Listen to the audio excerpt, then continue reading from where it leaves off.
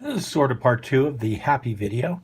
I was talking about comic conventions and meeting people and what it was like. And back in the 90s, early 2000s, um, artists used to get in free because they were a draw. People would go to see them. Now they have to pay to be there. They are working their asses off trying to make money just to cover their expenses there. It's ridiculous. You can't talk to them. But you used to be able to just hang out half an hour. If you became friends, even longer. Um, Go for drinks after the show, all kinds of stuff. Steve Leiber is one of those guys that when I would walk past his booth, if I didn't realize it was him, he'd yell out, "Hey." I'd turn and he goes, "Come on and say hi. I haven't seen you since WonderCon or whatever, and we'd talk. And he did a book called Whiteout. And this is a commission I had done from him of the star of it, Carrie. And he was the person I was talking. Whiteout was the book I was talking about in Happy as well. That it did get made into a movie. I haven't seen. I love this book. If you get a chance to read Whiteout, the story is there's a murder in Antarctica. She's a cop that's stationed to a research station in Antarctica, and there's the first ever murder in that continent. And I do own an original piece of art from that series. It's the book where she finds the murder weapon, or it's the page, the exact page where she finds the murder weapon. I thought that was cool because that's a significant page. The way he did the art, you can see when I pull that piece out, you'll see it. He even took Whiteout, the typing stuff, and he flung it at blacks on the page to make snow. See, it would look like snow on the page. It was really cool. So like at night when the sky was all black and he'd fling snow on it. He even showed me it on a little sketch he had, how he did his different working. Anyhow, this is my Carrie piece. As you can see, she's missing a couple fingers. I also have a piece of her flipping me off, but she's missing her middle finger. So she's just, it looks like she's making a fist at you. And Steve drew it and he hands it to me. He goes, "Well, she's flipping you off," which is funny because Steve is actually, he's one of the nicest. I mean, he works at an office drawing. He rents an office to draw, goes to work every day, wears a coat and tie.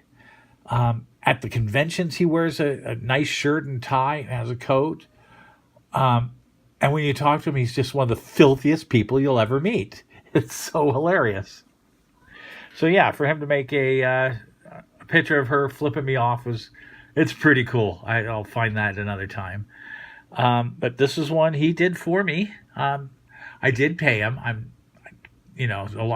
do have a lot of free sketches, but I wanted a full figure, real commission sketch, not just a quickie autograph drawing. And this is and back then a full one was $15-20 for a one person. It wasn't expensive. Maybe 10, I don't know. He may have even given me a discount, but I paid. This is a purchased commission. And he signed it down at the bottom there. And I went over and got Greg Rucka to sign it as well. Greg Rucka is the man who wrote the book. So this is one of my pieces for my collection. And I may once in a while sound like I'm name dropping. I'm really not. These people were just people I knew and hung out with. I actually kind of worked in the comic book industry. I was a sales rep and I sold to comic book stores. But a lot of times they were the guys coming in for a signing, and I was coming in that day to write some orders. And we were both working, and I don't know, they were just guys I knew. Some of these names are huge now. Todd McFarlane,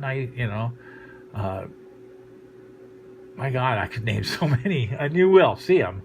The guys, Neil Gaiman. I had drinks with Neil Gaiman before, right when Sandman started. It wasn't a hit. No one knew what it was. No one cared who he was. He just seemed like a nice guy. And one of my favorites is Larry Welts. Larry Welts wrote a book called Cherry Pop-Tart, which later had to be changed to Cherry because the Pop-Tart company got upset. And it's an X-rated book that is an Archie parody. And I think it's funny. I thought it was clever. And I used to always talk to him at the shows and bring him a beer because he's an old hippie. And one show, I got invited to his hotel room after the show for an after show party.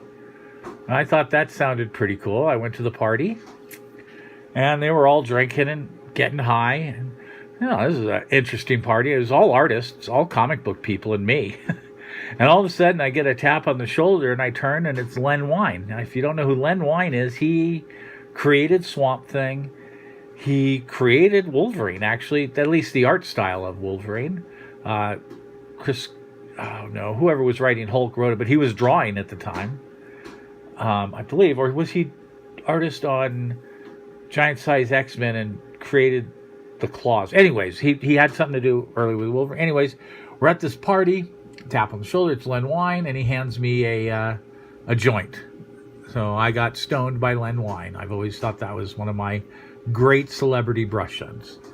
And at the time, he was not working for Marvel. He was not working for anyone else, any of the normal names. He was the editor-in-chief for Disney Comics. They were launching the Disney line of comics. So not only did Len Wein pass me a joint, the editor-in-chief of Disney Comics got me stoned. Okay, let's see who George has met. We'll do that video later.